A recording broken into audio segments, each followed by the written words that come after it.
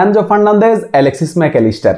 গত রাতে চ্যাম্পিয়ন্স লিগে চেলসির হয়ে গোল করছেন এনজো ফার্নান্দেজ, আর লিভারপুলের হয়ে জোড়া গোল করছেন অ্যালেক্সিস ম্যাকঅ্যালিস্টার। এই দুজন আর্জেন্টাইন মিডফিল্ডারের পারফরমেন্স দেখে অবশ্যই একজন আর্জেন্টাইন ফ্যান হিসাবে অনেক বেশি ভালো লাগতেছে। এই দুইজন আর্জেন্টাইন মিডফিল্ডারের ফর্মে থাকাটা খুবই জরুরি যদি আর্জেন্টিনাকে 2026 বিশ্বকাপ জিততে হয়। তারা তাদের সেরাটা দিতে হবে। এই দুইজন পারফর্ম করতে না পারলে কিন্তু আর্জেন্টিনার বিশ্বকাপ জেতাটা অনেক কঠিন হয়ে যাবে।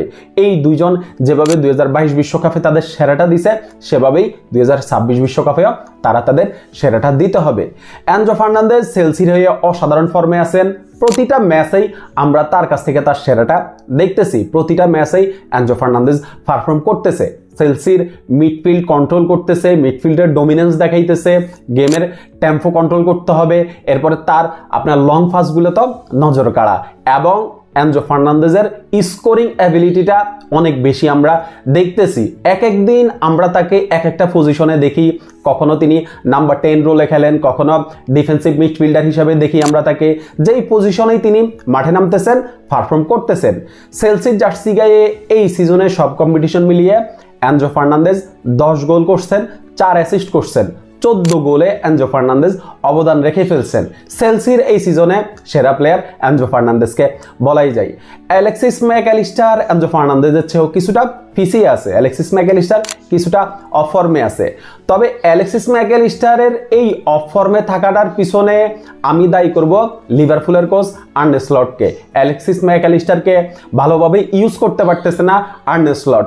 শুধু আসলে অ্যালেক্সিস ম্যাকঅ্যালিস্টারকে নিয়ে কথা বললে হবে না। লিভারপুল পুরো টিমটাই অফ ফর্মে আছে। তারা হচ্ছে আপনার প্রিমিয়ার লিগে যেমন ভালো করতেছে না, তেমনি চ্যাম্পিয়ন্স লিগেও তারা ভালো করতে পারতেছে না।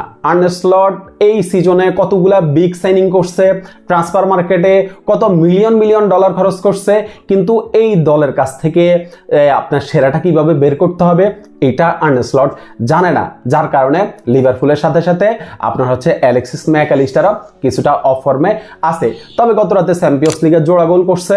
আশা করব যে এই ম্যাচ থেকে আমরা অ্যালেক্সিস ম্যাকঅ্যালিস্টারের কাছ থেকে সেরাটা দেখতে পাবো। এই ম্যাচের আত্মবিশ্বাসটা সামনের ম্যাচগুলোতে অ্যালেক্সিস ম্যাকঅ্যালিস্টারের কাজই দিবে। এই দুজন মিডফিল্ডার, আর্জেন্টিনার এই দুজন মিডফিল্ডার তাদের সেরা ফর্মে থাকুক, এটাই একজন আর্জেন্টাইন ফ্যান হিসাবে একমাত্র চাওয়া। এই দুজন মিডফিল্ডার হচ্ছে আপনার বিগ ম্যাচে যেমন পারফর্ম করতে পারে, তেমনি বিগ স্টেজও পারফর্ম করতে পারে। তারা 2022 বিশ্বকাপে নিজেদেরকে প্রুভ করছে। এরপরে হচ্ছে লিভারপুল এবং চেলসিতে তারা প্রতিটা ম্যাচে তাদের সেরাটা দিতেছে, এবং আমরা এই দুজন আর্জেন্টাইন মিডফিল্ডারের পারফর্ম নিয়েই আসলে অনেক বেশি আশাবাদী 2026 বিশ্বকাপে আমরা থাকবো।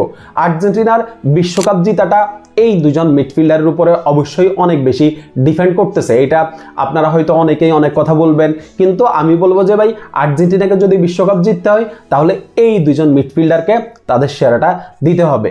এনজো ফার্নান্দেজের জন্য শুভকামনা থাকলো, অ্যালেক্সিস ম্যাকঅ্যালিস্টারের জন্য শুভকামনা থাকলো। ধন্যবাদ সবাইকে।